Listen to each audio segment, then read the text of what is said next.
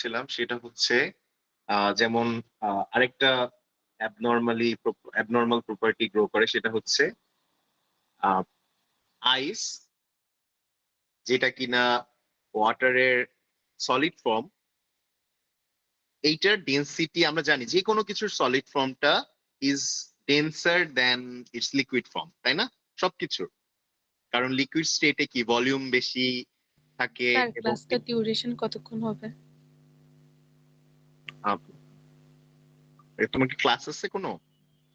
না স্যার, পরশুদিন পরীক্ষা আছে তো ওই জন্য। আচ্ছা আচ্ছা আচ্ছা, না আমি আমি আমি তাড়াতাড়ি যাচ্ছি আর কি। না এখন আমার না মানে সবকিছু ক্লিয়ারলি তোমাকে না বুঝায় যদি আমি এক্সামে দিয়ে দিই আর কি, এর জন্য আর কি খারাপ লাগবে, এর জন্য আর কি একটু বুঝাচ্ছি। ওকে বুঝতে স্যার। পারছো? Okay sir. শেষ প্রায়, আর আর বেশি নাই, এর মেটালিক বন্ডটা শেষ করলে শেষ, আর নাই এটার পরে। আচ্ছা, তো যেটা বলি সেটা হচ্ছে যে আইসের আইস যেটা যেটা সলিড ফর্মের কিন্তু অলওয়েজ ডেন্সিটি বেশি হওয়ার কথা ছিল, but in case of water এটা যখন আমরা ফ্রিজ করতেছি সলিড ফর্মে যাচ্ছে, এটা ডেন্সিটি কম। রিজন হলো তুমি যখন যত ফ্রিজ করতে থাকবা তত কি হবে? ফ্রিজ করার অর্থ হচ্ছে তুমি পাশাপাশি দুইটা মলিকুলের মাঝে ডিস্টেন্সটা কমাচ্ছ। যখনই পাশাপাশি দুইটা মলিকুলের মাঝে ডিস্টেন্সটা কমে, তখন হচ্ছে ওদের মধ্যকার যে হাইড্রোজেন বন্ডিং থাকবে সেইটা আরো বেশি এক্সট্রিম হতে থাকে, আরো বেশি বাড়তে ইনক্রিজ করে, অ্যাট্রাকশনটা আরো বাড়ে। সো বাড়তে বাড়তে কি হবে? বাড়তে বাড়তে একটা সার্টেন পয়েন্টের পরে যে কি হবে, ওইটা আর কি আর মানে হাইড্রোজেন বন্ডিংটা ও আর বেশি কাছাকাছি আনতে পারতেছে না। কারণ কি আর কাছাকাছি আনলে ওইটা ওই হাইড্রোজেনটা পাশের অক্সিজেনের সাথে পুরা ইনকর্পোরেটেড হয়ে যাবে বা ওই কোভালেন্টলি বন্ডিং হয়ে যাবে। সেইটা তো পসিবল না। তখন কি হবে? তখন একটা বিশেষ রকমের হেক্সাগোনাল ফর্ম সেটা ধারণ করে, একটা হেক্সাগোনাল ক্রিস্টালের মতো একটা স্ট্রাকচার ফর্ম করে। হেক্সাগোনাল ক্রিস্টাল স্ট্রাকচারটার মাঝখানে একটা ভয়েড এর সৃষ্টি হয়, এরকম একটা ভয়েড বা এমটি স্পেস থাকে। দেখা যাচ্ছে এখানে একটা এমটি স্পেস। তো এমটি স্পেসটা থাকার কারণে যেটা হয়, বাইরে থেকে দেখে মনে হইতেছে যে আইসটা একটা সলিড ফর্ম, বাট অ্যাকচুয়ালি এটার মাঝে ফাঁকা জায়গা, এবং এটা ডেন্সিটি অনেক কম থাকে কম্পেয়ার টু ওয়াটার। তো এর জন্য আমরা বলি যে বরফ বা আইস হচ্ছে কেন ফ্লোট করে ওয়াটারের উপরে। বুঝতে পারছো? এবং এটার মলিকুলার অ্যারেঞ্জমেন্টটা যদি আমরা একটু অ্যানালাইসিস করি, এটার মলিকুলার অ্যারেঞ্জমেন্টটা এরকম হয় যে প্রত্যেকটা অক্সিজেন, এই যে হেক্সাগোনাল আমরা বেনজিন স্ট্রাকচারটা দেখছি না, বেনজিনের যেমন এই যে একটা এখানে যে কার্বন থাকার কথা, এরকম একটা জায়গায় অক্সিজেন থাকবে। প্রত্যেকটা জায়গায় এরকম একটা একটা করে অক্সিজেন আছে, 6টা অক্সিজেন। ঠিক আছে, 6টা অক্সিজেন। তো প্রত্যেকটা অক্সিজেনের সাথে দুইটা হাইড্রোজেন কোভালেন্টলি বন্ডেড থাকবে। দুইটা হাইড্রোজেন, এই যে দেখো এখানে দেখা যাচ্ছে দুইটা হাইড্রোজেন কোভালেন্ট বন্ডিং এর মাধ্যমে, আমি একটু জুম করে দেখাচ্ছি আরো। তোমাদের যদি পরীক্ষায় এই কোয়েশ্চেনটা আসে কেন আইস পানিতে ভাসে, তখন আর কি এই স্ট্রাকচারটা, এই হেক্সাগোনাল যে স্ট্রাকচারটা, এইটা দেখায় তোমার এই একটু ব্যাখ্যা লিখতে হবে আর কি। এখানে ব্যাখ্যাটা আছে, ঠিক আছে, এই পাশে আছে। তো এটা পড়তে হবে। তো এখন দেখো প্রত্যেকটা অক্সিজেন কিরকম আছে। প্রত্যেকটা অক্সিজেন হচ্ছে দুইটা হাইড্রোজেনের সাথে কোভালেন্ট বন্ডিং এ আছে, আর দুইটা হাইড্রোজেনের সাথে সে হাইড্রোজেন বন্ডেড অবস্থায় আছে। সেই দুইটা হাইড্রোজেন কি কই? একটা হাইড্রোজেন দেখো এখানে দেখা যাচ্ছে, আরেকটা হাইড্রোজেন হচ্ছে ওই যে 3D চিন্তা করো আর কি। 3D কি হবে? এটা হচ্ছে তোমার মানে ওইটার নিচে, বরাবর নিচে আছে আর কি। বুঝতে পারছো? এটা তো আমাদের 2D প্লেন। তো 3D অবস্থায় কিরকম দেখাইতে হবে আমার? ধরো আইদার তোমার দিকে আছে অথবা তোমার থেকে দূরে আছে, এই দিকে আছে আর কি, ওয়াই বা জেড অ্যাক্সিসে আর কি, জেড অ্যাক্সিসে আছে। আচ্ছা, তো তো এই এই হচ্ছে প্রত্যেকটা অক্সিজেন টেট্রাহেড্রাল না, চারটা, একটা দুইটা তিনটা আর এই একটা ওই পাশে আছে। সো টেট্রাহেড্রালি চারটা হাইড্রোজেনের সাথে যুক্ত থাকবে। তো এই বিশেষ ফর্মটা আইস অবস্থায় ওয়াটার আমরা এইচ টু এর মধ্যে দেখি। তো এখানেও ব্যাখ্যাটা আছে, দেখো। In the solid state each oxygen atom is surrounded tetrahedrally by four hydrogen atoms, two forming covalent bonds with oxygen atom and are close to it to form H2 molecule। এই যে H2 molecule ফর্ম করলো এটা। আর two from other H2O molecules, মানে দুইটা hydrogen from other H2O molecules further away from it, forming two hydrogen bonds. Forming two hydrogen bond মানে আর দুইটা হচ্ছে এই যে যেমন একটা এইখানে আর একটা হচ্ছে ওই যে দূরে আছে যেটা আমি বললাম যে আমার থেকে দূরে, সো ওইটার সাথে দুইটা হাইড্রোজেন বন্ড করবে, টোটাল চারটা হাইড্রোজেনের সাথে যুক্ত হলো। So the result is a three dimensional structure with MT space. এখানে মাঝখানে ভয়েড। সো এই ভয়েডটা থাকার কারণেই মেইনলি আমার আইসের ডেন্সিটি কম হয়, এই জন্য এটা পানিতে ভাসে। আমরা জানি যে এটা লেস ডেন্সিটি যার কম সেটা পানিতে ভাসবে, মানে যেটার ডেন্সিটি কম হবে সেটা অন্যটার উপরে ভাসবে আর কি, ডেন্সিটি বেশি হলে নিচে থাকবে। ওকে, সো এটা হচ্ছে আমাদের আইস হাইড্রোজেন বন্ডিং থাকার ফলে যে বিশেষ ঘটনা হয়। আর হাইড্রোজেন বন্ডিং এটা দুই টাইপের হয়, একটা হচ্ছে যে ইন্টারমলিকুলার হাইড্রোজেন বন্ডিং, আরেকটা হচ্ছে ইন্টারমলিকুলার হচ্ছে যেমন ওয়াটারের ক্ষেত্রে দেখা যায়, এখানে একটা ওয়াটার মলিকুল পাশের মলিকুলের ওয়াটারে যে অক্সিজেন মানে হাইড্রোজেন থাকবে তার মধ্যে যে ইন্টারাকশন, যেমন এই যে এটার ক্ষেত্রে দেখাচ্ছে দেখো, এই যে একটা হাইড্রোজেন পাশের অক্সিজেনের সাথে, এটা একটা মলিকুল এটা একটা মলিকুল, সো ইন্টারমলিকুলার। আর যদি ইন্ট্রামলিকুলারের ক্ষেত্রে কি হবে, মানে নিজস্বই এই মলিকুলটার মধ্যেই হচ্ছে একটা হাইড্রোজেন থাকবে আর একটা অক্সিজেন নাইট্রোজেন অথবা ফ্লোরিন, তাদের মধ্যে হাইড্রোজেন বন্ডিং থাকবে। বুঝে গেছে? আমরা ওই যে যখন ইন্ট্রা ডিপার্টমেন্ট বলি না, গেম শো হয় আমাদের, কম্পিটিশন হয়, সো ওই কেসে হচ্ছে আমরা এই জিনিসটা দেখি। আচ্ছা, আমরা যদি একটু ছবিটা দেখি, এটা কোথায় আছে? হ্যাঁ, এখানে আছে ইন্ট্রামলিকুলারটা, এই যে। সো ইন্ট্রামলিকুলার এটা খুবই ইম্পর্টেন্ট। ইন্টারমলিকুলার হাইড্রোজেন বন্ডিং এর এক্সাম্পল এটা অনেক সময় পরীক্ষা আসে, আর ইন্ট্রামলিকুলার হাইড্রোজেন বন্ডিং কম্পাউন্ড গুলার এক্সাম্পল, যে কোনো একটা নাম লিখতে হয় অনেক সময়। যেমন ইন্ট্রামলিকুলার একটা হচ্ছে টু নাইট্রোফেনল।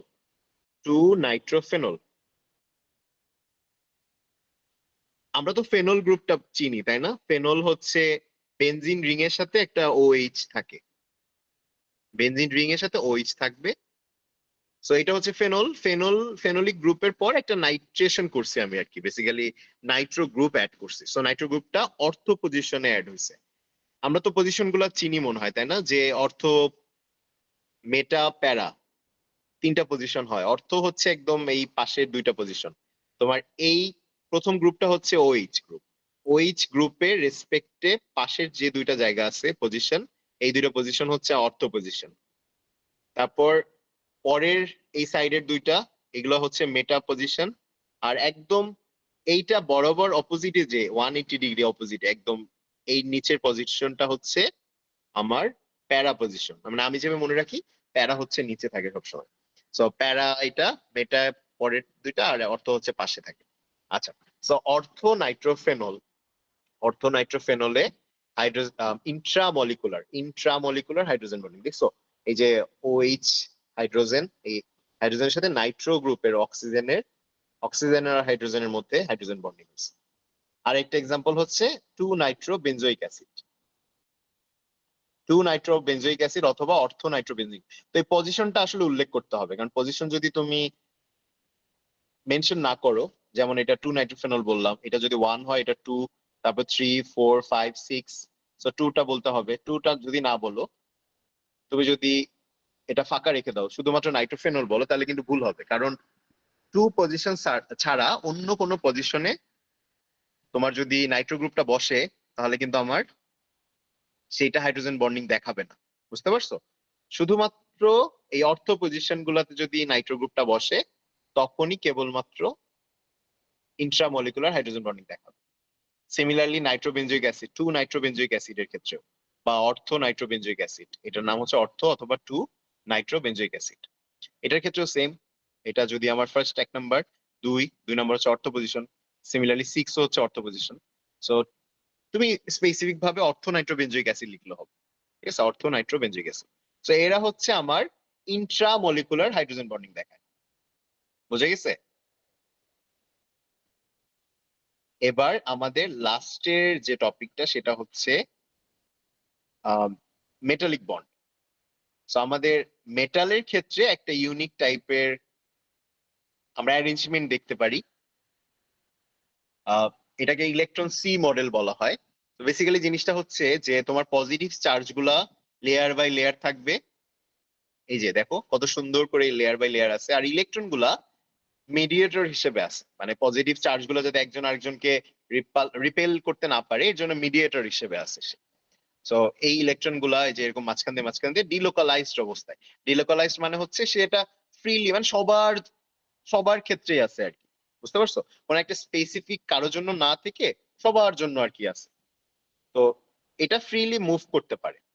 তো মেটালের এই বিশেষ অ্যারেঞ্জমেন্টের জন্য আমরা বলি যে মেটাল গুলা হচ্ছে ইলেকট্রিসিটি কন্ডাক্ট করে, তাই না? সব মেটাল ইলেকট্রিসিটি কন্ডাক্ট করবে, কারণ কি এখানে ফ্লো অফ ইলেকট্রনস খুবই ইজি, ইলেকট্রন গুলা খুব সহজেই মুভ করতে পারে এই ফাঁকা জায়গাগুলো থেকে, এখান থেকে এটা এখানে যাবে, এটা এখানে যাবে, এটা খুব ইজিলি মুভ করতে পারে। ওকে,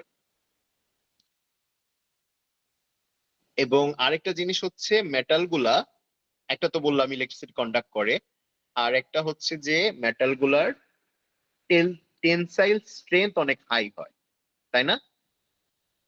তুমি অনেক স্ট্রেস দিবা সেটা একদম শেপটাকে চেঞ্জ করতে, অনেক স্ট্রেস মানে অনেক বেশি ফোর্স অ্যাপ্লাই করতে হবে, এবং এটাকে ফোর্স অ্যাপ্লাই করলেও এটা সহজে ব্রেক ডাউন হয় না, ঠিক আছে? এই যে দেখো রিজনটা হচ্ছে এখানে তো সব পজিটিভ চার্জই, তো তুমি যখন একটা একটা মানে তুমি যখন ফোর্স অ্যাপ্লাই করো, মানে কোন একটা লেয়ারে দেখো ফোর্সটা অ্যাপ্লাই করলা, তখন এটা এটা সরে গেল, সরে গেল ভালো কথা, কিন্তু এইটা কিন্তু সবই পজিটিভ, পজিটিভ। সো আলটিমেটলি হবে কি, তোমার জাস্ট এই যে মাঝখানে যে ইলেকট্রন গুলো ছিল না, ওরা রিডিস্ট্রিবিউটেড হয়ে যাবে, মানে হচ্ছে ওরা জাস্ট ওরা ওদের পজিশন গুলো চেঞ্জ করবে এবং আগের মতো একটা অবস্থায় চলে আসবে। ওরা এইখানে ইলেকট্রনটা এই পাশে চলে যাবে, এইটারটা ওই পাশে চলে যাবে, জাস্ট তোমার মনে হবে যে কিছুই হচ্ছে না আলটিমেটলি। এইভাবে ওরা শক অ্যাবজর্ভ করে, বা ওরা ইজিলি ওদের শেপটা চেঞ্জ হয় না, বা তুমি অনেক ফোর্স অ্যাপ্লাই করতে হবে ওদেরকে ব্রেক করার জন্য। ওকে, সো এইটা হচ্ছে আমাদের আলটিমেট আমাদের এই চ্যাপ্টারটা। কোভালেন্ট বন্ডিং তো খুবই ইজি, কোভালেন্ট কম্পাউন্ড গুলো আইসোমারিজম শো করে যেটা বলছিলাম, আর আয়নিক কম্পাউন্ড হচ্ছে আইসোমরফিজম শো করে। এখন বলো কারো কোনো কোয়েশ্চেন আছে কিনা? একটু ফাস্ট গেলাম, আমি এক্সট্রিমলি সরি, কারণ আমার কাছে কি মনে হয় যে আমি ধরো আহ, এই যে এক্সট্রা ক্লাসটা কিন্তু আমি চাইলে নাও নিতে পারতাম, আমি জাস্ট বলতাম যে এটা এটা পড়ো তোমরা, কিন্তু আমার কাছে মনে হয় যে না, এটা আসলে আমার ইথিক্যাল ইথিক্স এর দিক থেকে আর কি আমি নিজের কাছে ছোট হয়ে থাকবো, যে আমি কেন ওদেরকে এটা না পড়ায়, বা এখান থেকে যদি একটা কোয়েশ্চেনও দেই আমি, সেটা তো আসলে তোমাদের সাথে অন্যায় হয়ে যাবে, যে আমি তোমাদের পড়াইলাম না, বুঝাইলাম না, বাট স্টিল এক্সামে দিয়ে দিলাম। বুঝতে পারছো? আমি কিন্তু চাইলে বলতে পারতাম যে তোমরা এটা পড়ে নিও, এটা এটা এটা এটা এক্সামে আসতে পারে, তোমরা এটা পড়ে নিও। আচ্ছা, মানে আজকে টোটাল আমার 4টা ক্লাস নেওয়া হইলো আর কি, 3টা তো আমি নিছি, তোমাদেরটাও নিলাম। ওকে, কারণ তোমাদের হচ্ছে আনফরচুনেটলি সবগুলা বন্ধই দেখা যাচ্ছে, সোম আর বুধ, সোম বুধ এরকম ভাবে পড়তেছে, তোমাদেরও আসলে আসলে কিছু করার নেই। এই সেমিস্টার এত বন্ধু আমার তো মনে হয় জীবনের লাইফে কোনোদিন দেখিনি। আরেকবার দেখছিলাম করোনার টাইমে যখন আমরা স্টুডেন্ট ছিলাম, খালি বন্ধই ছিল, মানে এত বন্ধু ভালো লাগতো না। আচ্ছা, সো এখন হচ্ছে এখন কোন কোয়েশ্চেন আছে কিনা? আমি শিওর যে কেমিক্যাল বন্ডিংটা অনেক ইজি একটা চ্যাপ্টার, এটা থেকে কোয়েশ্চেন মানে তোমাদের বোঝা যাবে না এমন কোয়েশ্চেন থাকার কথা না। তারপর যদি থাকে কারো আমাকে আস্ক করতে পারো, any any type of question. Sir কি টাইপ অফ কোয়েশ্চেন আসতে পারে কেমিক্যাল বন্ডিং থেকে? কেমিক্যাল বন্ডিং থেকে আমি তো স্যাম্পল কোয়েশ্চেন দিছিলাম মনে হয়, ওটা কি খুলে দেখছো? ইয়েস স্যার, দেখেছিলাম। ওখানে কি ছিল কোনো কোয়েশ্চেন?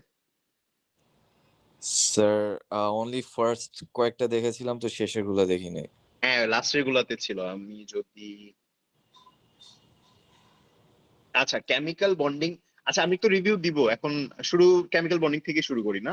তো কেমিক্যাল আচ্ছা স্যার, বন্ডিং, একটা কোশ্চেন স্যার। বলো ইসরাক বলো। স্যার ইন্টারমলিকুলার তো কোনো এক্সাম্পল দিলেন না। ইন্টারমলিকুলার তো সবই, মানে ইন্টারমলিকুলার হচ্ছে ওয়াটার, তারপর হাইড্রোজেন ফ্লোরাইড, অ্যামোনিয়া, সবই ইন্টারমলিকুলার। ইন্ট্রা হচ্ছে নিজের মধ্যেই হবে আর কি, বুঝছো? অন্য পাশের মলিকুলের দরকার নাই, নিজের মধ্যেই আমার হাইড্রোজেন বন্ডিং থাকবে। আর ইন্ট্রার জন্য পাশের মলিকুলটার হেল্প লাগে আমার। স্যার ইন্টারের জন্য নাকি ইন্টার জন্য? ইন্টার ইন্টার মানে কি, ওই যে আমরা আমরা যখন ধরো কম্পিটিশন কোন একটা গেম খেলতেছি, কোন একটা আমার পুরো ইউনিভার্সিটির মধ্যে হচ্ছে, তখন আমরা বলি না একটা ডিপার্টমেন্টের সাথে আরেকটা ডিপার্টমেন্টে খেলা হচ্ছে, ওটা কি ইন্টার ডিপার্টমেন্ট কম্পিটিশন হয়, তাই না? Inter department. সো ইন্টারমলিকুলার হচ্ছে সেম, ইন্টারমলিকুলার গুলো হচ্ছে কি, অ্যামোনিয়া ধরো একটা মলিকুল, পাশের অ্যামোনিয়ার সাথে হাইড্রোজেন বন্ডিং থাকবে, মানে এই নাইট্রোজেনের সাথে পাশের মলিকুলের হাইড্রোজেনের সাথে মধ্যে হচ্ছে বন্ডিং থাকবে, বুঝছো? আর স্যার আপনি যে একটা দেখালেন ওই যে অর্থগুলো, সেই যে এটা 2 নাইট্রোফেনল কথা বলছি। আচ্ছা, হ্যাঁ, আর আর কি কোশ্চেন? হ্যাঁ, নাফিমুর কি জানি বলতেছিলা? স্যার বলেছিলাম হচ্ছে এই চ্যাপ্টার থেকে কি কি টাইপ অফ কোয়েশ্চেন আসতে ও পারে। আচ্ছা, হ্যাঁ, কি কি টাইপের, একটা হচ্ছে যে এখানে না আমাদের বেশি হচ্ছে শর্ট কোয়েশ্চেন বা হচ্ছে এমসিকিউ বা ট্রু ফলস টাইপের কোয়েশ্চেন থাকতে পারে।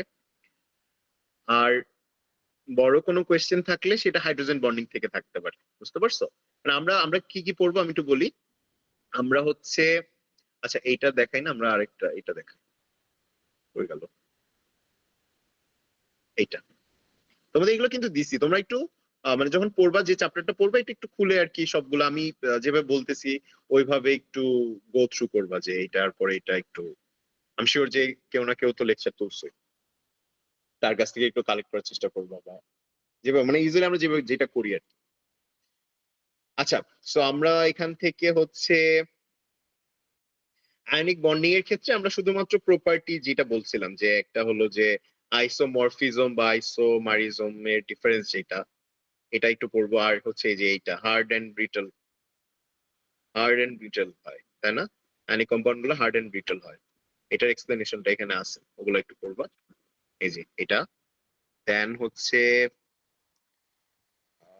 ইলেকট্রিসিটি কন্ডাক্ট করে এট হুইচ স্টেট, মানে এটা অ্যাকুয়াস সলিউশনে এবং মল্টেন স্টেটে ইলেকট্রিসিটি কন্ডাক্ট করবে, এটা পড়তেছি। আর এই যে আইসোমরফিজমটা বললাম। নেক্সট হচ্ছে কোভালেন্ট কম্পাউন্ড, এইটা আসলে তেমন কিছু নাই এটা পড়ার মতো, জাস্ট মনে রাখবা কোভালেন্ট কম্পাউন্ড আইসোমারিজম শো করে। আমরা আইসোমার্স দেখছি, তাই না, যে একই কেমিক্যাল ফর্মুলাটা same but different structure, so এটাকে আমরা বলছিলাম যে আইসোমারিজম। সো এটা আইসোমারিজম শো করে, আর তেমন কিছু নাই, এটা ইম্পর্টেন্ট কিছু নাই।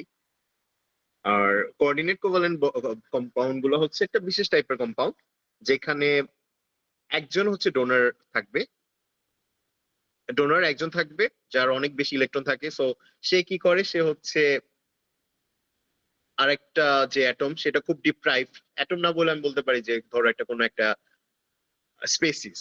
স্পেসিস যার ইলেকট্রনের দরকার, বাট ও ওর কাছে ওই টাইম ইলেকট্রন শেয়ার করার অ্যাবিলিটি নাই। সো যেটা হবে, যে ডোনার অ্যাটমটা যার এক্সট্রা ইলেকট্রন আছে, সে একদম ভলেন্টিয়ারিংলি হচ্ছে বলবে যে না ঠিক আছে, তোমাকে আমি ইলেকট্রন দিচ্ছি, আমার 2টা ইলেকট্রন তোমার সাথে আমি শেয়ার করব, ঠিক আছে? ইউজুয়ালি কোভালেন্ট কম্পাউন্ডের ক্ষেত্রে বা কোভালেন্ট বন্ডিং এর ক্ষেত্রে যেটা হয়, যে 2টা অ্যাটম, ও একটা ইলেকট্রন দেয়, ও একটা ইলেকট্রন, এইভাবে হয় শেয়ারিংটা। বাট এইটার ক্ষেত্রে একজন ডোনার থাকবে, একজন ইলেকট্রন শেয়ার করবে, মানে একজনই 2টা ইলেকট্রন দিবে, বাট ইকুয়ালি শেয়ার থাকবে between those atoms or species. Okay, so এই বন্ডিংটাকে আমরা বলি কোঅর্ডিনেট কোভালেন্ট বন্ডিং। যেমন ammonium, hydronium, ozone, carbon monoxide, এইসব কম্পাউন্ডের ক্ষেত্রে এটা দেখা। তো এটা ডিটেইলসে আর আমি গেলাম না, তুমি জাস্ট কম্পাউন্ড গুলো একটু নাম মনে রাখবা, আর কিছুই না। আর এটা ডিফারেন্স এটা লাগবে না। সো হাইড্রোজেন বন্ডিংটা খুবই ইম্পর্টেন্ট, হাইড্রোজেন বন্ডিং থেকে অনেক কোয়েশ্চেন থাকে, ব্রড কোয়েশ্চেন থাকে, দেন শর্ট কোয়েশ্চেন থাকতে পারে, ঠিক আছে? এগুলো আমরা একটু ভালো করে পড়বো, বই থেকে একটু পড়ার চেষ্টা করব। তারপরে কন্ডিশনস ফর হাইড্রোজেন বন্ডিং, কি কি কন্ডিশন ফুলফিল করতে হবে হাইড্রোজেন বন্ডিং হওয়ার জন্য, এটাও important. Types of hydrogen bonding, so basically মোটামুটি এটা পুরোটাই পড়বো, ভালো করে পড়বো। ওকে, সিগমা পাই এর ডিফারেন্স এটা এখন আপাতত লাগবে না। আমরা আফটার মিট আমাদের যখন ফার্স্ট ক্লাসটা হবে বুধবারই, তো মনে হয় আমাদের 7 তারিখে ক্লাস, মানে মিড টার্ম শেষ 8 তারিখে তো মনে হয় ক্লাস, তাই না?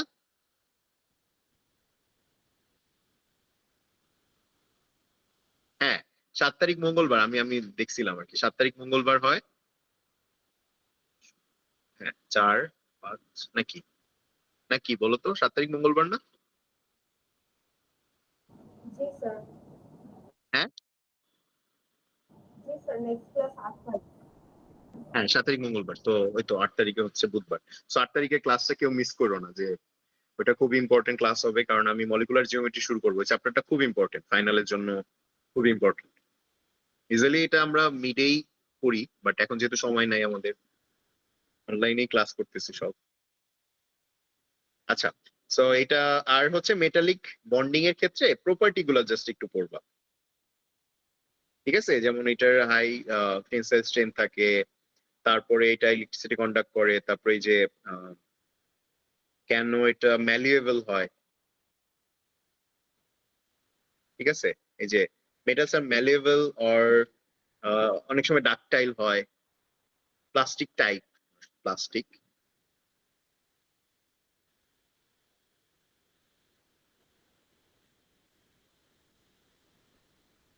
রিজনটা হচ্ছে এখানে একটু শর্টে লেখা, তো ওই বইয়ের পিডিএফটার মধ্যে হচ্ছে একটু ডেসক্রিপশন আছে।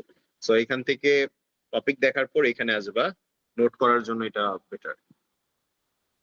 ওকে, বুঝে গেছে এইখান থেকে কি টাইপের কোয়েশ্চেন আসবে?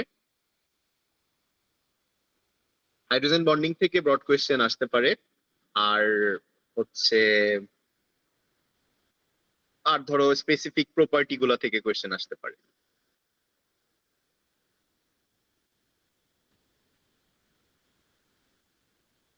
ওকে, আর কোনো কোয়েশ্চেন যদি থাকে বলতে পারো, নাহলে আমি এটা এটা বলি, কেমিক্যাল কাইনেটিক্সটা শেষ করি। কেমিক্যাল কাইনেটিক্স থেকে আচ্ছা, so আমি হচ্ছে তোমাদের যে যে টপিক গুলো পড়াইছি সবগুলো ইম্পর্টেন্ট, ইকুয়ালি ইম্পর্টেন্ট, ঠিক আছে? এটা ভালো করে পড়বা। কেমিক্যাল কাইনেটিক্স এর ক্ষেত্রে আমরা যেটা করব, আমরা হচ্ছে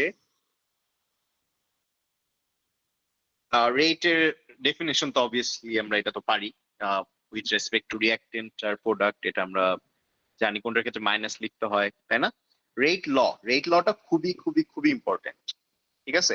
রেট লর স্টেটমেন্টটা, তারপরে আমাদের যদি রিঅ্যাক্টেন্ট দেওয়া থাকে, রিঅ্যাক্টেন্ট থেকে কিভাবে আমরা রেট লটা লিখতে পারি, পারি না বলো সবাই?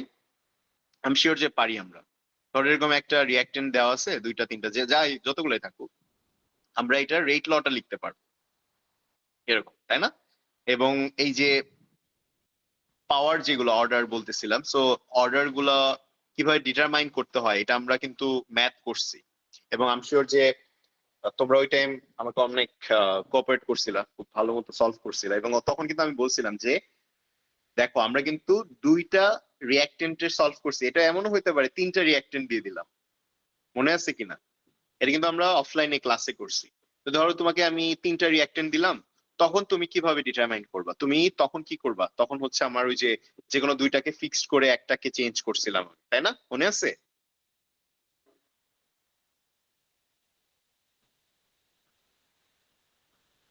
আচ্ছা, সো ওই জিনিসগুলা একটু আবার পড়বা, ক্লাস লেকচারটা একটু আরেকবার খুলে খুলে দেখবা। আর যদি ক্লাস মিস করে থাকো এখন, তাহলে আমি আসলে জানি না আসলে কি করবো। এন্ড দেন হচ্ছে আমার অর্ডার অফ এ রিয়াকশন তো বললামই, টোটাল অর্ডারটা। দেন জিরো অর্ডার, স্পেসিফিক কিছু আর কি, জিরো অর্ডারটা খুবই ইম্পর্টেন্ট। জিরো অর্ডারের উইথ হচ্ছে আমার এটা রেট লটা কিভাবে লিখতে হয় আমার যদি রিয়াকশন দেওয়া থাকে। Then molecularity of reaction. So molecularity of reaction পড়ার সময় আমরা দেখছিলাম যে এলিমেন্টারি রিয়াকশন বা যেটা একদম সিঙ্গেল স্টেপ রিয়াকশন, সো এইটার ক্ষেত্রে মলিকুলারিটি আমরা বের করতে পারি, এবং মলিকুলারিটি হচ্ছে একটা থিওরিটিক্যাল ভ্যালু যেহেতু, তাহলে এটা আমরা রিঅ্যাক্টেন্ট নাম্বার অফ রিঅ্যাক্টেন্ট মলিকুলস দেখলে বলতে পারবো যে এটা মলিকুলারিটি কত, ঠিক আছে? যেমন এটা ইউনিমলিকুলার হতে পারে, বাইমলিকুলার হতে পারে, টারমলিকুলার হতে পারে, এবং হায়ার মলিকুলারিটি রিঅ্যাকশনস গুলো অনেক রেয়ার ছিল। আমরা রিজনটাও পড়ছিলাম যে একটা প্রপার ওরিয়েন্টেশন মেনটেন করে একই সময় সিমultaneously তিনটা বা চারটা মলিকুলস কোলাইড করবে, সেটা খুবই মানে প্রবাবিলিটি অনেক কম। তো এর জন্য আমরা বলছি যেহেতু প্রবাবিলিটি অনেক কম, তো এটা তো প্রোডাক্ট আমরা এক্সপেক্ট করতে পারি কম, তো এর জন্য এটার খুব রেয়ারলি হয় এইসব রিয়াকশন। যত নাম্বার অফ রিঅ্যাক্টিভ মলিকুলস কম হবে তত বেশি সেটা কম। আচ্ছা, মলিকুলারিটি অফ এ কমপ্লেক্স রিঅ্যাকশন, এটা তো আমরা পড়ি নাই, সো এটা বাদ, এটা লাগবে না।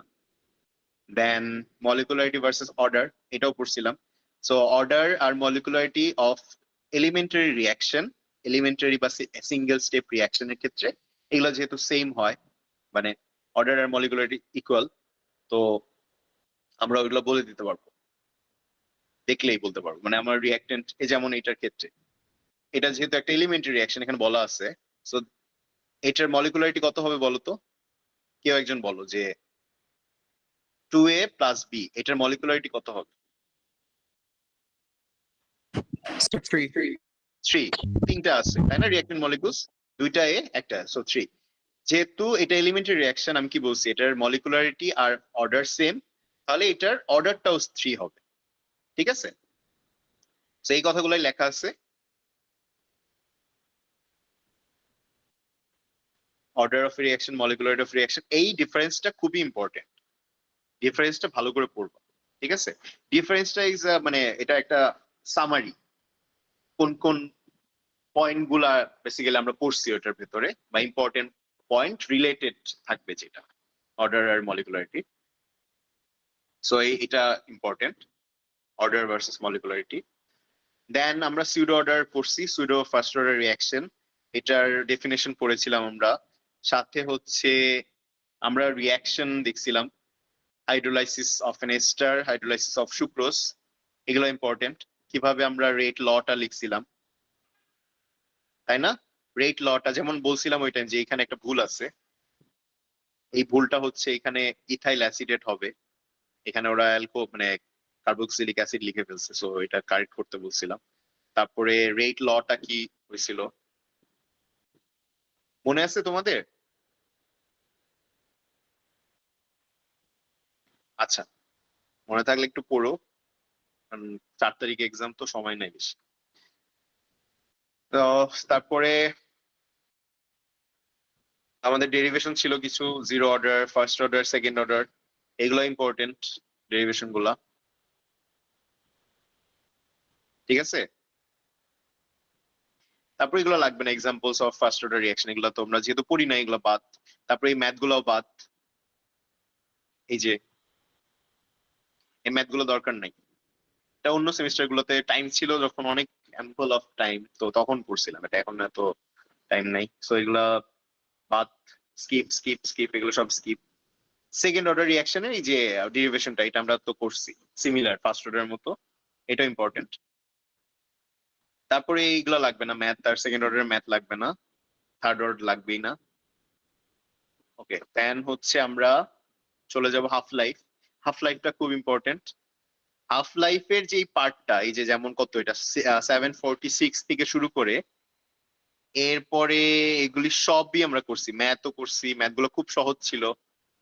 যেমন ওই যে ফার্স্ট অর্ডারের ক্ষেত্রে যে হাফ লাইফ গুলা, সেইটার ক্ষেত্রে আমরা যে ফর্মুলাটা যদি মনে থাকে তোমাদের, যে rate constant k equals to ছিল 1/t লন, উপরে ছিল initial concentration divided by final concentration বা রিমেইনিং কনসেন্ট্রেশন কত, সেই ওয়ার্ডটা একটু মনে রাখবা। সো আই গেস তোমরা এটা সলভ করছো।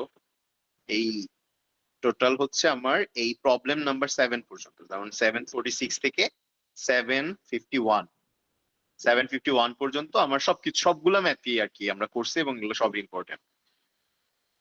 ওকে, দেন হচ্ছে সেকেন্ড অর্ডারের হাফ লাইফ লাগবে না, এগুলো বাদ বাদ বাদ, সব স্কিপ স্কিপ স্কিপ করে করে করে। এই যে কলিশন থিওরি, কলিশন থিওরিটা আমার ইম্পর্টেন্ট, এক্সামের জন্য অনেক ইম্পর্টেন্ট। সো এগুলো কিন্তু ফাইনালের জন্য সেম আমার সাজেশন থাকবে আর কি, বুঝছো? কলিশন থিওরিতে আমরা কি বলছিলাম যে রিঅ্যাক্টেন্ট মলিকিউলস গুলো কোলাইড করবে with sufficient energy and proper orientation, then হচ্ছে রিঅ্যাক্টেন্ট থেকে প্রোডাক্ট হয়। তো এই কথাগুলো এখানে লেখা আছে, সো এগুলো ভালো করে ইফেক্টিভ কলিশনের যে ক্রাইটেরিয়া গুলো, সো এগুলো ভালো করে পড়তে হবে। ঠিক আছে, তারপরে আমরা পটেনশিয়াল এনার্জি ডায়াগ্রাম দেখছিলাম of an exothermic and endothermic reaction. এইটা যেমন এটা এটা কোন রিয়াকশনের বলো তো? এনিওয়ান, এটা এক্সোথার্মিক না এন্ডোথার্মিক?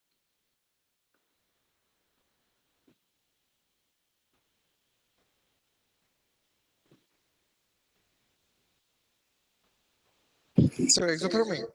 রাইট, এটা হচ্ছে একটা এক্সোথার্মিক রিয়াকশন। সো এটা আমরা এন্ডোথার্মিকেরটা উপরে হবে এবং প্রপার নোটেশন সহ, যেমন এখানে ই অ্যাক্টিভেশন এনার্জি, এটা Y axis energy, X axis reaction progress or reaction coordinate, reactant এখানে, প্রোডাক্ট এখানে, ডেল এইচ এর ভ্যালু এতটুকু। এই যে এই ডট ডট লাইন থেকে এই 2ab এর যে এনার্জিটা এই পর্যন্ত হচ্ছে ডেল এইচ এর ভ্যালু। এন্ডোথার্মিকের ক্ষেত্রে উপরে হলে দেন ওইটা থেকে ওই পর্যন্ত। ওকে, সো এগুলো আমরা করছি এবং অন্য পিডিএফ গুলাতে আছে, প্রপারলি আছে। আচ্ছা, মানে এই টপিকটা অন্য একটা পিডিএফ এ আর একটু বেটার করে লেখা আছে, সো ওইটাও পড়তে হবে, এটার সাথে ওইটাও পড়বো আর কি। তো হ্যাঁ, তারপর এখানে ডিসক্রিপশন গুলো লেখা আছে, প্রপার ওরিয়েন্টেশনের কথা। দেন হচ্ছে আমাদের আর্হেনিয়াসের পার্টটা, তাই না? আর্হেনিয়াস ইকুয়েশন, এই যে টেম্পারেচারের সাথে কিভাবে রেট কনস্ট্যান্টের ভ্যালু চেঞ্জ হচ্ছিল। রেট কনস্ট্যান্ট হচ্ছে টেম্পারেচার ডিপেন্ডেন্ট একটা কনস্ট্যান্ট, টেম্পারেচার চেঞ্জ হলে রেট কনস্ট্যান্টের ভ্যালু চেঞ্জ হয়। আর্হেনিয়াসের এই ইকুয়েশন থেকে আমরা এটার গ্রাফিক্যাল রিপ্রেজেন্টেশনটা দেখছিলাম, তাই না? এটা যেমন এটা সিম্পলিফাই করে লন করে y equals to mx plus c এর ফর্মুলাতে নিয়ে গেছিলাম। তারপর এটা স্লোপের ভ্যালু ছিল মাইনাস ইএ বাই আর, ওখান থেকে আমরা ইএ অ্যাক্টিভেশন এনার্জির ভ্যালু বের করছিলাম, এই ম্যাথটা করছি। তো এই ম্যাথটা দেখছি, দেন হচ্ছে আমরা এইটা ডিরাইভ করছিলাম। ডেরিভেশনটা দরকার নাই, বাট এই যে এই ফর্মটা মনে রাখতে হবে, এই যে ফর্মুলাটা, যদি কোনো ম্যাথ যদি থাকে কোনো সময় এটা লাগবে আর কি। So, এবং আমরা লাস্টলি এইটার হচ্ছে এই ম্যাথটাও সলভ করছিলাম। তো এই ম্যাথটার আমি বলছিলাম যে পাঁচটা ভ্যালুর যে কোনো একটা তোমাকে চাইতে পারে। পাঁচটা কি কি? K1, K2, EA, T1, T2। তো যে কোনো একটা তোমাকে কোশ্চেনে চাইতে পারে যে এটার ভ্যালু বের করো, ঠিক আছে? সো বাকি চারটা দেওয়া থাকবে আর এর ভ্যালু দেওয়া থাকবে, সো তুমি জাস্ট ভ্যালুগুলো বসে ক্যালকুলেট করো। সো আমার এই পর্যন্ত। আর আরেকটা জিনিস আছে এটার সাথে, সেটা হচ্ছে ওই যে ফ্যাক্টরস এফেক্টিং কেমিক্যাল রিয়াকশন রেটটা কি কি ফ্যাক্টরস দ্বারা এফেক্টেড হয়, মনে আছে তো? রিয়াক্টেন্টের কনসেন্ট্রেশন, তারপর টেম্পারেচার, প্রেসার, সারফেস এরিয়া, তারপরে হচ্ছে ক্যাটালিস্ট।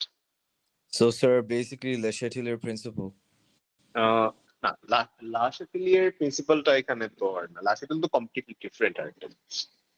লাশাতেলির প্রিন্সিপালটা কি ছিল? ওটা তো কোন একটা কেমিক্যাল রিঅ্যাকশন যখন ইকুইলিব্রিয়ামে এস্টাবলিশড হবে, তখন হচ্ছে কোন একটা তুমি যদি কনসেন্ট্রেশন, প্রেসার, টেম্পারেচার ইনক্রিজ করো, দেন ওই ইনক্রিজ বা ওইটা ডিক্রিজ করলে ওই এফেক্টটাকে মিনিমাইজ করতে তোমার যেদিকে রিঅ্যাকশনটা যায় যেতে হবে ওটা। এটা ডিফারেন্ট, এটার সাথে এটা রিলেটেড। আচ্ছা, তো এই এরপরে এটুকু লাগবে না, এগুলো লাগবে না আর।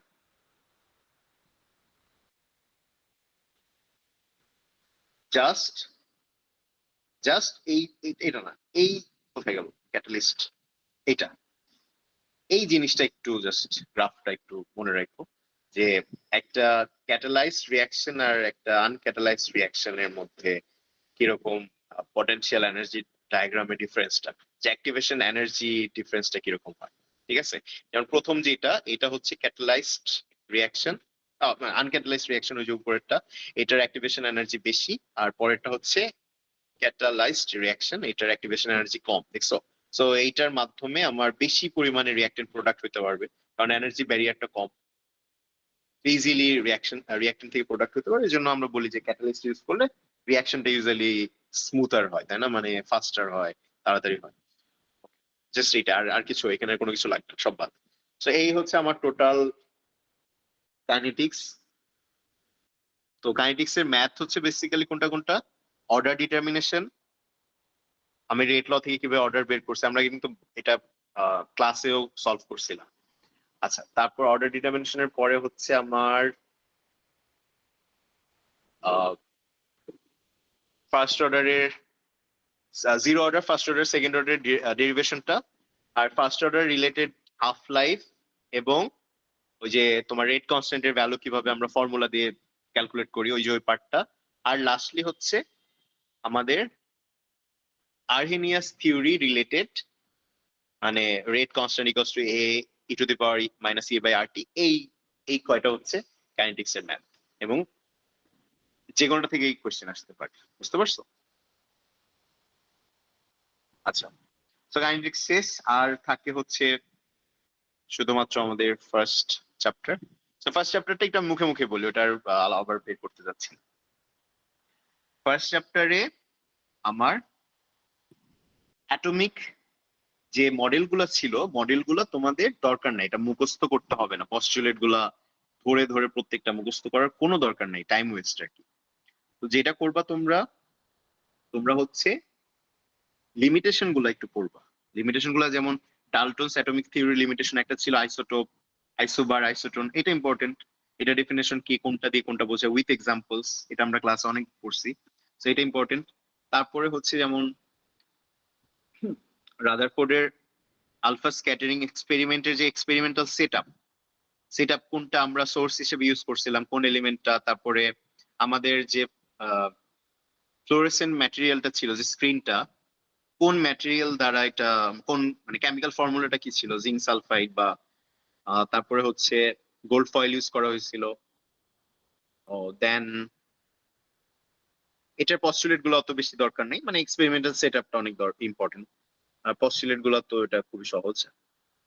ড্রব্যাক, ড্রব্যাকেও রাদারফোর্ড অত বেশি ইম্পর্টেন্ট না, ইম্পর্টেন্ট হচ্ছে আমাদের বোর্স থেকে, Bohr's atomic model, Bohr's atomic মডেলের পস্টুলেট গুলো ইম্পর্টেন্ট উইথ ড্রব্যাকস।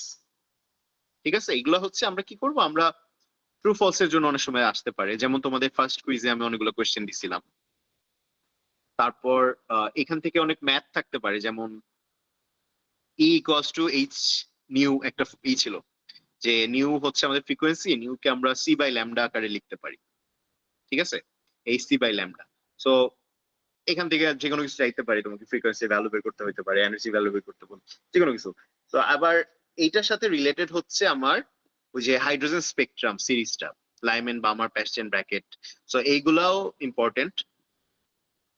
এইটার আমি একটা পিডিএফ তোমাদেরকে দিছিলাম, ম্যাথ ছিল অনেকগুলা, ম্যাথ গুলা তোমরা ভালো করে সলভ করবা। ঠিক আছে, ম্যাথ গুলো ইম্পর্টেন্ট।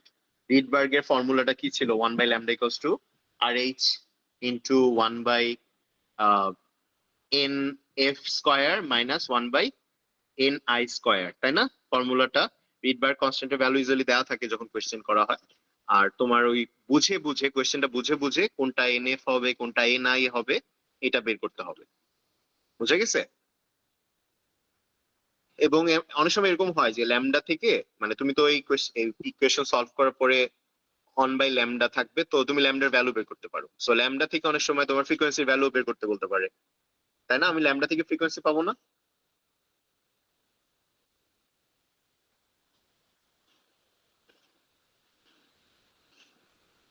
ওকে, আর হচ্ছে আর আর কোনটা আছে, আর অরবিটালের ক্ষেত্রে হচ্ছে আমার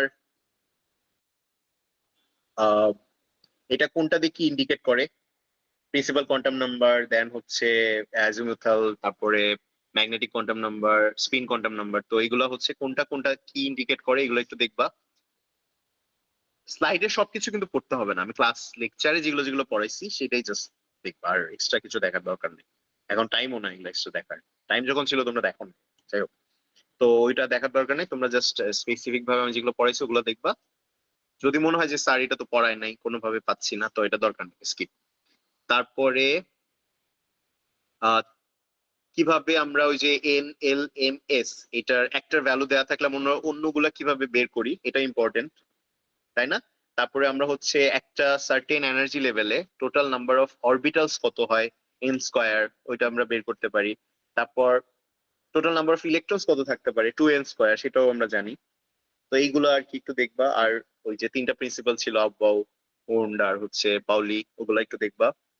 নেক্সট হচ্ছে, আচ্ছা, লাস্টলি হচ্ছে আমাদের হাইজেনবার্গ আনসার্টেনটি প্রিন্সিপাল, এইটার স্টেটমেন্ট উইথ ম্যাথমেটিক্যাল এক্সপ্রেশন, আর ডিব্রগলি থেকে অনেক কোয়েশ্চেন অনেক সময় আসে, ডিব্রগলির হাইপোথেসিসটা, ডিব্রগলির ডুয়াল নেচার অফ ইলেকট্রন যেটা ছিল, ইলেকট্রনের ওয়েভ লাইক প্রপার্টিজ, আর হচ্ছে পার্টিকেল, মানে হ্যাঁ পার্টিকেল প্রপার্টি গুলো হচ্ছে থাকে কিভাবে থাকে, ওই যে আইনস্টাইন আর প্ল্যাঙ্কস এর ফর্মুলাটাকে তারা কম্পেয়ার করে দেন ল্যামডার জন্য H/mv একটা ফর্মুলা আসছিল, এবং পরবর্তীতে সে হচ্ছে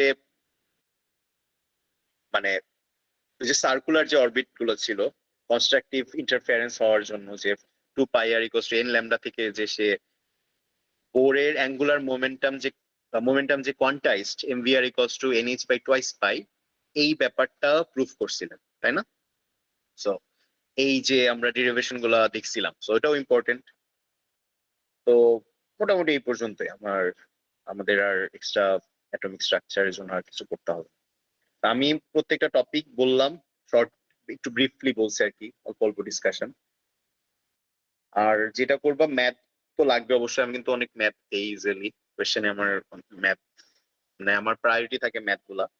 সো ম্যাথমেটিক্যাল এক্সপ্রেশন গুলা, ম্যাথমেটিক্যাল কোন একটা প্রবলেম থাকলে সেগুলো একটু সলভ করার চেষ্টা করবা বেশি। আর আমি ইজিলি ডেফিনেশন টাইপের কোয়েশ্চেন খুব কম দেই, মানে খুবই কম। মানে আমার কাছে যদি আমার কোয়েশ্চেনের স্টোরেজ শেষ হয়ে যায় সেক্ষেত্রে হয়তো বা দিতে পারি। মানে ইউজুয়ালি হয় কি, আমি তো 4টা সেকশনের জন্য 4টা ডিফারেন্ট কোয়েশ্চেন করি, ঠিক আছে? মানে একদম ডিফারেন্ট হবে, ওটার সাথে এটা কোনো মিলই হয় না। তো হয় কি, মানে মানে লাস্ট যে সেকশনটা ওটার জন্য আমি কোয়েশ্চেনের ভান্ডার আমার শেষ হয়ে যায় আসলে, বুঝছো? তখন হয়তো একটা একটা কোয়েশ্চেন একটা ডেফিনেশন দিয়ে দিলাম, বাট ইজিলি ডেফিনেশন টাইপের কোয়েশ্চেন খুব কম দিই। মানে মুখস্থ একদম, মানে বুঝে বুঝে অ্যান্সার করতে পারবা এরকম একটা কোয়েশ্চেন অলওয়েজ দেওয়ার চেষ্টা করি, বা এক্সপ্লেনেশন টাইপের, এটা কেন হয় এটা। এবং ম্যাথ তো থাকবেই। এই তো অ্যাটমিক স্পেক্ট্রা রিলেটেড ম্যাথ গুলো করবা ফার্স্ট চ্যাপ্টারের জন্য, ওইগুলো ইম্পর্টেন্ট। আর হচ্ছে বোর, হাইজেনবার্গ, তারপরে হচ্ছে ডি ব্রগলির এই হাইপোথিসিস, এগুলো একটু ভালো করে পড়বা। আর কাইনেটিক্স তো বললাম, কাইনেটিক্সটা খুবই ইম্পর্টেন্ট। আর কেমিক্যাল বন্ডিংটা, এটা শেষ করতে টাইম লাগবে না। সো এই তো অনেক স্যার অনেকক্ষণ। প্যাটার্ন কেমন হ্যাঁ, হবে? হ্যাঁ বলো। প্রশ্নের প্যাটার্ন মানে হচ্ছে আমাদের কত আচ্ছা, হ্যাঁ, নাম্বারের বড় কোশ্চেন হ্যাঁ, আসবে? এটা একটু শুনে রাখো। সেটা হচ্ছে কোয়েশ্চেন হচ্ছে আমাদের 20 মার্কসের হয়। 20 মার্কসের কোয়েশ্চেন হবে। 20 মার্কসের কোয়েশ্চেন 1 ঘন্টা সময় থাকবে। প্রথমে থাকবে ট্রু ফলস 5টা, তোমরা একটু লিখে রাখো। ট্রু ফলস 5টা থাকবে, প্রত্যেকটা 0.5 মার্কস করে। সো কত, 5 × 0.5 2.5 হলো। তারপরে 5টা থাকবে এমসিকিউ, 5 × 0.5 2.5। তারপরে 5টা থাকবে শর্ট কোয়েশ্চেন, 1 মার্কস করে ইচ। তাহলে 5 × 1 কত হয়, 5। আড়াই আড়াই 5, 10 গেল। আর বাকি 10, সেটা হচ্ছে তোমার ব্রড কোয়েশ্চেন। ব্রড কোয়েশ্চেন 2টা অ্যান্সার করতে হবে আউট অফ 3। 3টার ভেতরে 2টা অ্যান্সার করবে। প্রত্যেকটা কোয়েশ্চেনের মার্ক হচ্ছে 5। 3টা সেট থাকবে আর কি, 1 2 3 থাকবে। তোমার যে কোনো 2টা সেট অ্যান্সার করতে হবে, মানে একটা সেটের মধ্যে 2টা কোয়েশ্চেন থাকবে। এ, বি। এ হচ্ছে 2 মার্কসের, বি হচ্ছে 3 মার্কসের। বুঝতে পারছো? সো তুমি আইদার 1 2 করতে পারো। টাইম কি শুধু 1 ঘন্টাই? সময় 1 ঘন্টা, এবং সময় মানে মোর দ্যান ইনাফ টাইম। এটা এত সময় লাগে না, ইউজুয়ালি 30 মিনিটসে শেষ হয়ে যায়। আচ্ছা, এখন তোমরা স্টাডি করো। তোমরা যদি কোনো প্রবলেম ফেস করো, আমি আসি, কোনো সমস্যা নেই, আমাকে মেল করো। আমি যখনই মোবাইলটা হাতে পাবো তখনই অ্যান্সার করার চেষ্টা করব। আর যদি তারপরেও ক্লিয়ার না হয়, আমরা আমরা হচ্ছে কোনো একটা অনলাইনে কোনো একটা হচ্ছে মিটিং অ্যারেঞ্জ করতে পারবো তোমার ওই প্রবলেমটা সলভ করার জন্য। ঠিক আছে? কারণ এখন কনসালটেশনে যে, মানে অফলাইন কনসালটেশনে যে টাইম নষ্ট করার কোনো দরকার নেই। ঠিক আছে, বুঝতে পারছো? সব কোর্সের জন্যই স্যারকে বলবা, স্যার কোনোভাবে অনলাইনে একটা টাইম দেন। সো এখন বাসায় বসে বেশি বেশি করে পড়ো। স্যার ব্রড কোশ্চেন গুলো কিভাবে আসবে স্যার বুঝি নাই স্যার ওটা। ব্রড কোয়েশ্চেন গুলা আসবে, মানে আমি বলছি যে প্রত্যেকটা কোশ্চেনের 2টা পার্ট থাকবে। প্রথম পার্টটা মানে এ, যেটা এ হচ্ছে 2 মার্কসের, বি হলো 3 মার্কসের। টোটাল কত, 5। এটাই স্যার বুঝতে পারছি। মানে, এমন না যে মিল থাকবে কোশ্চেনের মধ্যে, তা না। মানে একটা পার্ট এ, এ হচ্ছে একটা ডিফারেন্ট কোশ্চেন, বি আর একটা ডিফারেন্ট কোশ্চেন, 2টা মিলে একটা সেট হবে আর কি। এটাই এটাই আর কি।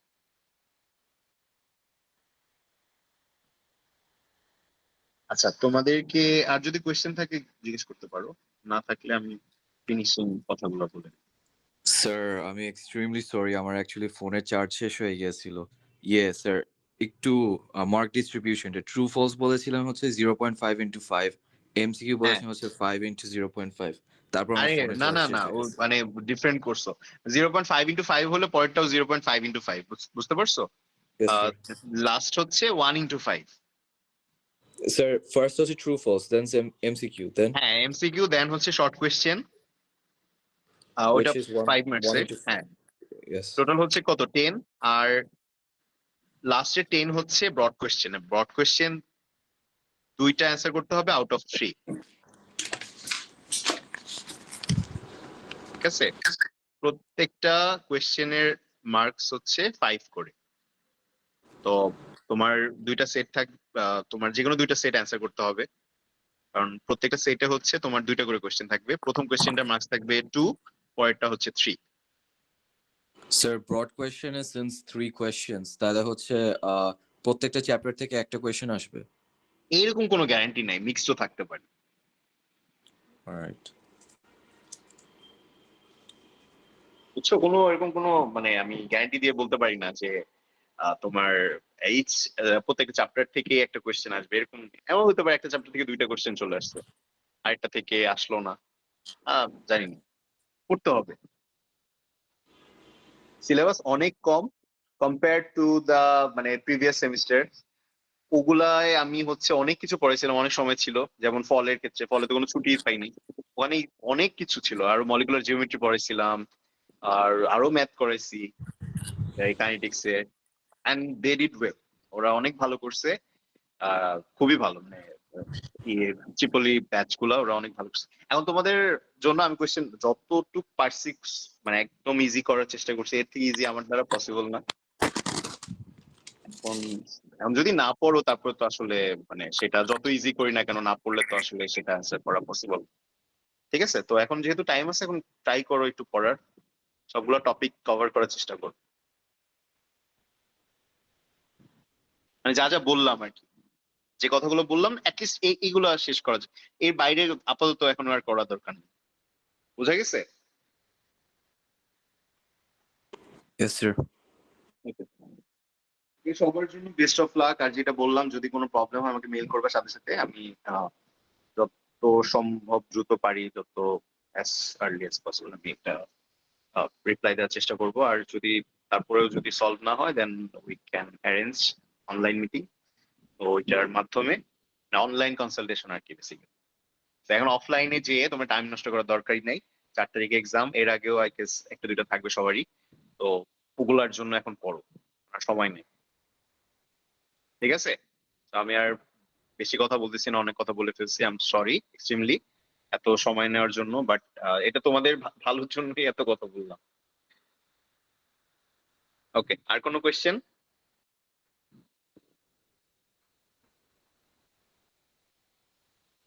ঠিক আছে, so best of luck. Exam হলে 4 তারিখে ইনশাল্লাহ দেখা হবে, সবাই টাইমলি চলে আসো। 8:30 এক্সাম, তো একটু আগে আগে চলে আসো।